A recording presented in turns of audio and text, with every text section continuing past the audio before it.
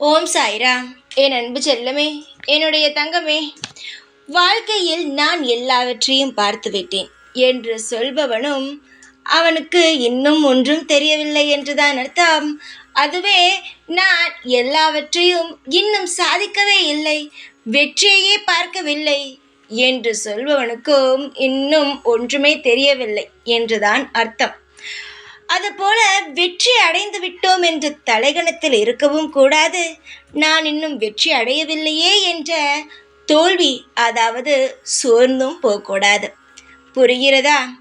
ஏனென்றால் வெற்றி யாருக்கும் நிலையானது அல்ல, தோல்வியும் யாருக்கும் நிலையானது அல்ல. இரண்டுமே வரும், இரண்டுமே போகும். சிலருக்கு நிலையாகவும் இருக்கும், அதுவே சமயம் சரித்தியும் விடும். அதனால் வெற்றியை வைத்து யாரும் தலைகணமாக இருக்கக்கூடாது என்பதே உண்மையானது.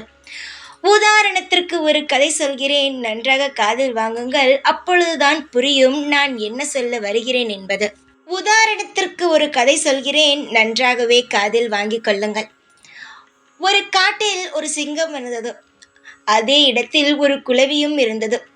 அந்த குளவி சிங்கத்தை பார்த்து சொன்னது, உன்னால் எல்லாவற்றையும் செய்ய முடியும், ஆனால் என்னிடம் உன்னால் ஜெயிக்கவே முடியாது. உனக்கு பற்கள் கூர்மையாக இருக்கலாம், நெகம் கூர்மையாக இருக்கலாம், ஆனால் என்னுடைய கொடுக்குக்கு நேராக நீ நிச்சயமாக தோற்று போய் விடுவாய் என்று. சிங்கத்திற்கு கோபம் வந்தது.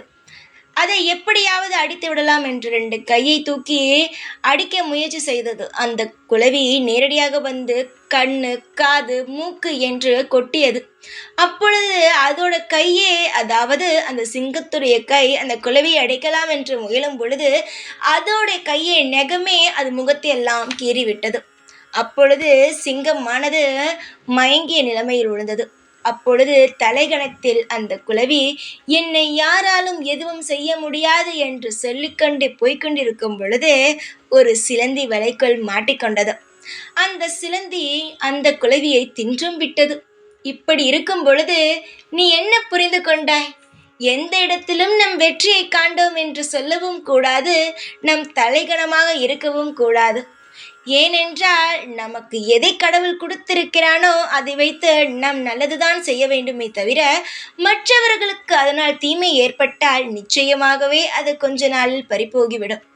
அப்படியே இல்லாவிட்டாலும் எந்த ஒரு நிலைமையும் எதையும் வைத்து நம் தலைகணமாக எடுத்துக்க கூடாது.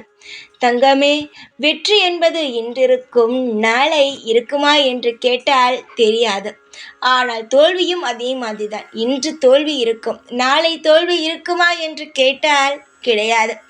மாறி மாறி வரும். அதை நம் தலைகணமாக எடுத்துக்கொள்ளாமல் இருக்கும் பட்சத்தில் அது நிலையாக கூட இருக்கும். என்னுடைய தங்கமே, இதிலிருந்து நீ என்ன கற்றுக்கொண்டாய்? நான் சொன்ன கதையிலிருந்து. தோல்வி அடைந்து விட்டோமே என்று நினைக்காதே.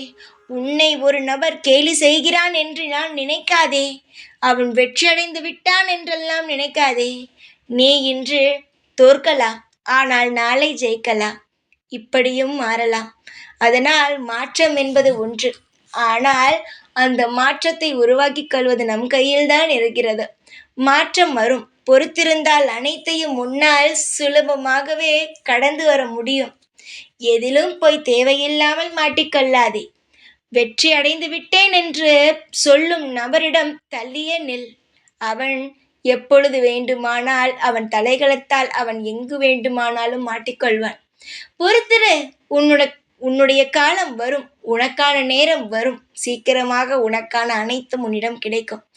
தெய்வம் நான் சொல்லிவிட்டேன் அல்லவா, சீக்கிரமாக அனைத்தையும் நீ அனுபவிப்பாய். காலங்கள் உன்னை, நிச்சயமாக சொல்கிறேன், காலங்கள் உன்னை சோர்ந்து போக வைத்தாலும் நீ வணங்கும் தெய்வமும் பூஜையும் புனஸ்காரங்களும் உன்னை நிச்சயமாக தைரியத்தை கொடுக்கும். நீங்கள் அனைவரும் நினைக்கிறீர்கள் பூஜை புனஸ்காரம் செய்தால் உடனே அது நடந்துவிடும் என்று. தைரியத்தை கொடுக்கும். அதற்கப்புறம்தான் நீங்கள் செய்ததற்கான நற்பலன்களை உங்களுக்கு தரும். தைரியமாக இருக்க வேண்டிய நேரங்கள் இது. தைரியமாக இருங்கள். காலத்தை நினைத்து கலங்காதீர்கள். வாழ்க்கை மாறும். இன்று தோல்வியாக இருந்தால் நாளை நிச்சயமாக வெற்றி கிடைக்கும். எந்நாளும் நான் உங்களுக்காகவே இருப்பேன். ஓம் சாய்ராம்.